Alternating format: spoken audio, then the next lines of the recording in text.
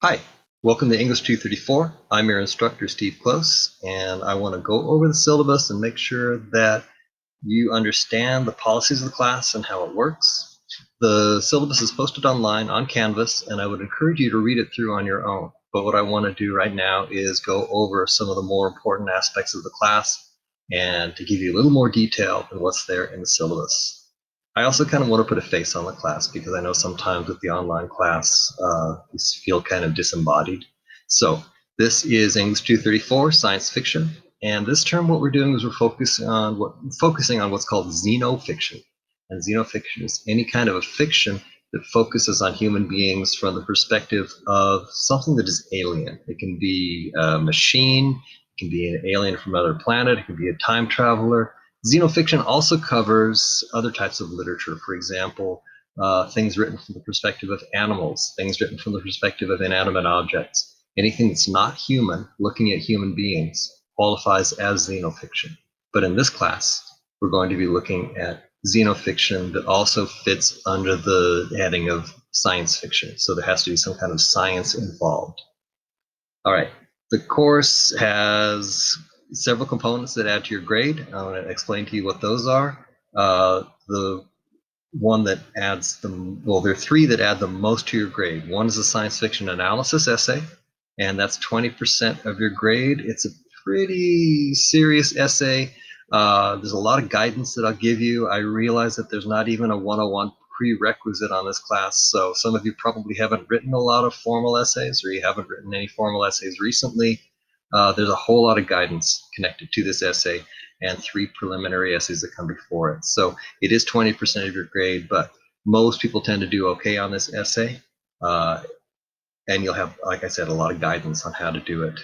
There are also reading quizzes that you're going to be given, and those count for 20% of your grade. There are two mini essays. Each of these is 3 paragraphs long. Again, they're very kind of rigidly described so that you know exactly what I expect of you, and each of those is 10%, so the two of those together are 20% of your grade. And there's a final exam, and that counts toward 20% of your grade. Smaller assignments, there are discussion forums in this class. And the discussion forums count toward 15% of your grade. And I expect you to participate in 2 different ways in those. You're supposed to post by Monday at 6 o'clock to let me know what you thought of the reading. And then by Tuesday at 6 o'clock, you have to respond to 3 of your classmates. And let's see what else is in the grade. 5% of your grade comes from work that you do, preliminary work, when you're setting up your major essay. There's a paragraph that you're going to write, and there's some outlining work. So the way I score things in this class is I do things on a 100-point scale, because that means that the number of points that any of these things has is the number of percentage points that it counts toward your grade. So overall, you got the analysis essay, 20% of your grade. Preliminary work for the essay, 5%. Discussion forum participation, 15% of your grade. The reading quizzes are 20% of your grade. Mini essays 1 and 2 count for 20% of your grade total. And the final exam is 20% of your grade. Okay, the goals of the class, I'm not going to read these through step by step. There are 8 of them. What they really focus on is the idea that I want you to understand that science fiction is genre fiction, but it's also literature. It's a type of writing that has its own features, it has its own history, and if you understand well the history and the functions of different types of science fiction, you can see it as doing the same things that any other form of literature does. So what I want you to be able to do is to identify what we mean when we talk about science fiction, how we dig deeper into it to find underlying themes, and I want you to develop an appreciation for science fiction. So I would encourage you to read the syllabus through all the way and figure out what those 8 things are that we're trying to do in the class. All right, policies for the class. It's fully online. So that means we will not be meeting in person. The only exception to this is if people want to get together and watch films together. And if you want to do that, I'd be more than happy to do that. I have Netflix accounts. I have DVDs of Avatar and of District 9, which are the two films we're going to be looking at. And I think it would be pretty cool if we could get multiple people together to watch it all at the same time and discuss it a bit. Let's see, but yeah, there is no real-time component to the class. But it may be different from other online classes that you've taken in the past. And one of the things that I think differentiates this class from other classes that are online is that it is done to some extent in real time. Because there's so much going on in terms of responding to the readings and responding to other people who've done the readings, it means you can't get too far ahead, and you certainly can't get too far behind. There are strict deadlines for when things need to be turned in. And if the class has already moved beyond a particular reading, then you're done with it. You can move ahead. All of the modules are open. So you can move ahead and respond to the readings, do the readings ahead of time, take the quizzes ahead of time if you want to. All of that you can do. But you do have to respond to your classmates in the open forums, and you can't do that until they've already posted. So you do have to do some of the class in real time. Let's see, technology. Well, class has a lot of technology. Obviously, it's online. You need to have access to a good computer and a good internet connection. And there are no excuses for this. I don't want to hear about slow dial-up connections or whatever is going on wrong at your house. You need to find a way to interact with this class. You've got a whole week to do each of the modules, and you can come in and do them at Big Bend. You can do it at your local community library, whatever it takes. But you need to plan ahead if you're taking an online class, and you need to make sure that you have access to the technology, the computer, the connectivity, all of the things that you're going to need. Other things that you're going to need in terms of technology, a lot of the readings that we do in this class are online. I do this because it's cheap, and I do it because a lot of these are kind of obscure texts that are hard to find in an open anthology. If I was going to try to find anthologies that contained all of the short stories that we're doing in this class, you'd be out somewhere upwards of $200 for all of the anthologies. So what I've done is I put them all in PDF format, and they are connected to the individual modules. So if you click on a module, what you'll find is that inside of that module, any module that deals with short stories, there will be PDF copies of the short stories connected. Make sure that you've got a good computer with a keyboard. Don't try to do this class on a phone, on a smartphone. A tablet might work, but it's a good idea to have a separate keyboard, because there's a lot of writing that you'll do in this class. For the procedures in this class, the class builds as we go along. It's not all independent separate modules. Each of the modules helps you to understand what's going on in the next module. There's a reason why they're in the order that they're in. So they're set up as prerequisites for each other. You have to finish one module before you can move on to the next module. All right, you're going to be writing papers in this class. I ask that you write them in Word format and include them as attachments when you turn them in on Canvas. I ask that you double space them and leave 1-inch margins. Use a standard MLA format for that, just to make it easier for me to read them. Once you turn in a paper, I can't reformat it. I can't make any changes to it at all. So if you turn it in single spaced, I can't read it. I need to have spacing in between. So if you turn in a single spaced essay, I'm going to tell you to redo it, and I'm going to mark it late. So make sure that when you turn in an essay, it is double spaced. Your journal entries, they can be single spaced. That's fine. No problem with that. When I say double spaced, I'm referring to your formal essays that you're going to write. Attendance and participation. I expect you to participate in the class. Canvas gives me access to being able to see whether you've been accessing the discussion forums, whether you look at the videos that I have posted here. So Canvas gives me a really good idea of how you're participating in the class. And I do ask that you do participate well. The major thing that counts your participation toward your participation score, obviously, is the discussion forums that you're going to be doing. The next thing I've got on here is plagiarism, and I take plagiarism extremely seriously. I know a lot of you haven't had classes, advanced college classes in writing, I still do expect you to know exactly what plagiarism is. So the way I define it is all work submitted in this class must be your own work generated exclusively for this class. The use of sources, and in the parentheses, what I say by sources is ideas, quotations, and paraphrases. All of these must be properly documented. If you turn in an essay that contains non-quoted material that was not written by you specifically for this class, you will immediately be given an F in the course. If you have any questions about the definition of plagiarism, please ask. I'm serious about plagiarism because I want to know what you think about this literature. I don't want to know that you can find someone else who's written an essay about it and just copy and paste that. So a real good test for plagiarism is to look at what you've written and ask yourself, if you were to sit down with only you and a computer and to try to type it up, would you be able to reproduce those words?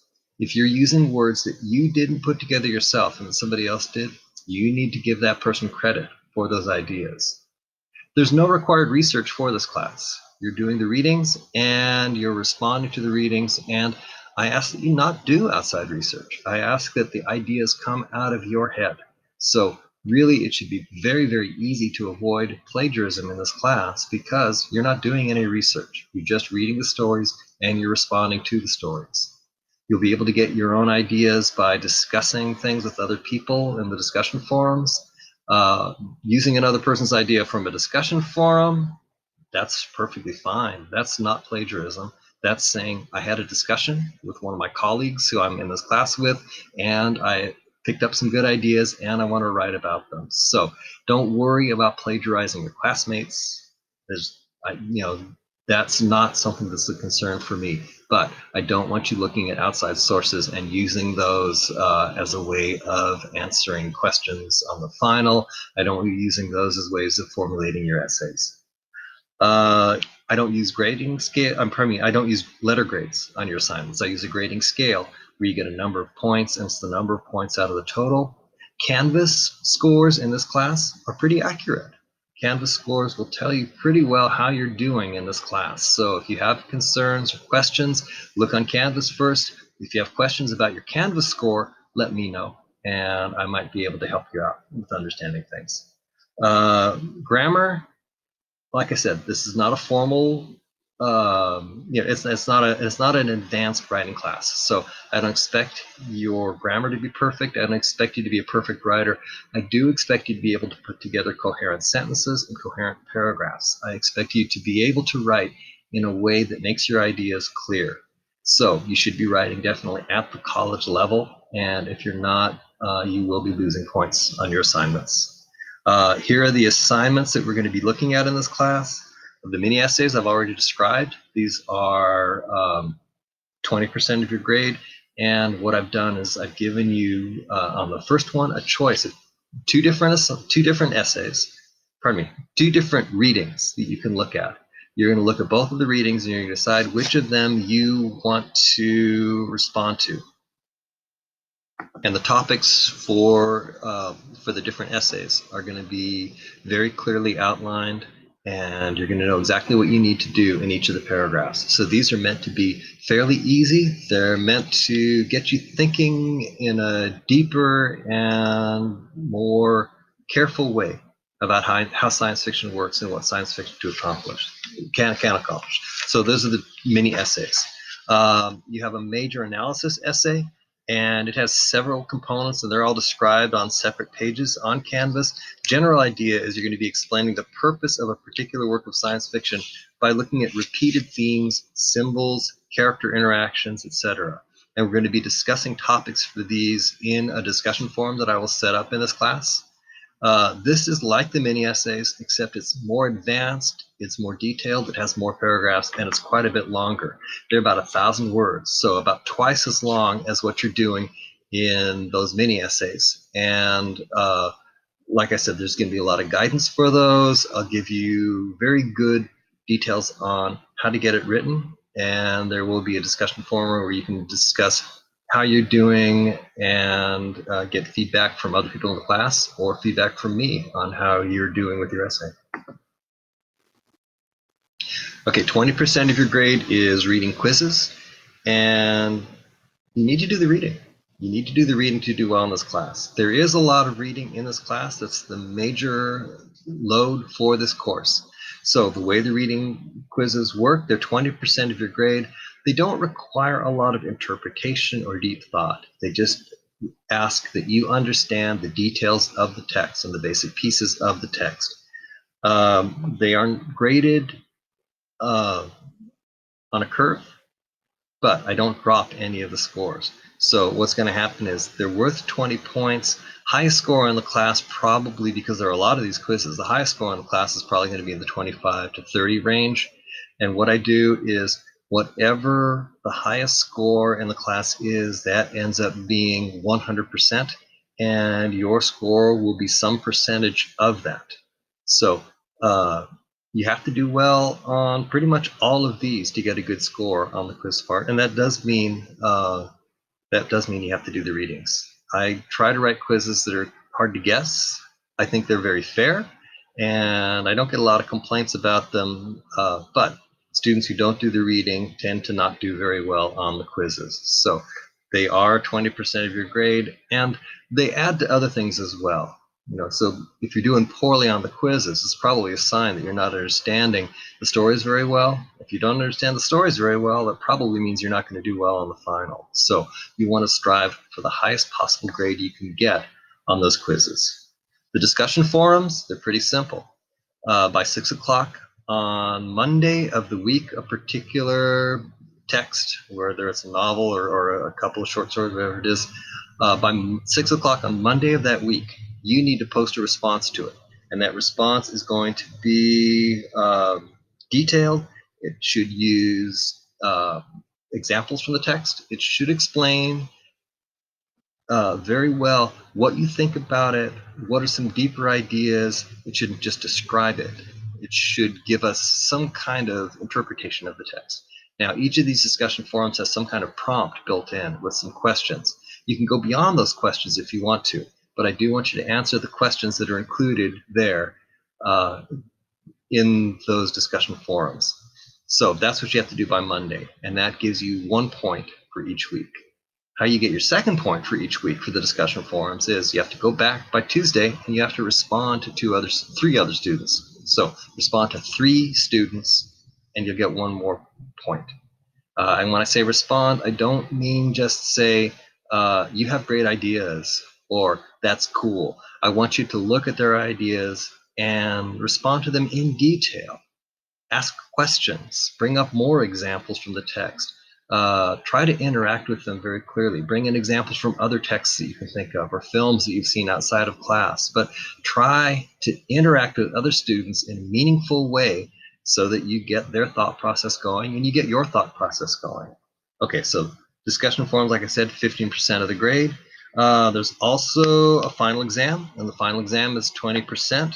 And what happens there is you're tested on your comprehension of both the literal meaning of the text and their interpretation. So the final exam is based on some of the things that came up in the discussion.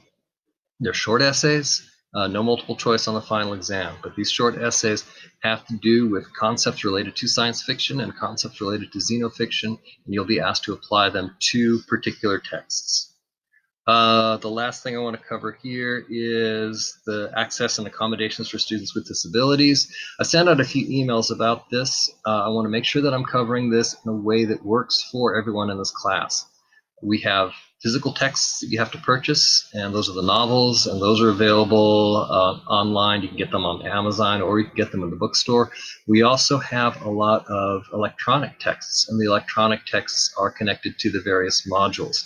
If you have a problem with that, if you're looking at this and you use, for example, a text reader, text-to-speech app, if that's something that you need to be able to use, I'm going to have to go through some real serious work reformatting these. They're PDFs right now. Text-to-speech doesn't work with PDFs. So if you need help with this, if you would prefer to have them in another format, please let me know, and I will get in touch with Laurel and Ellen, and we'll figure out how to make this work.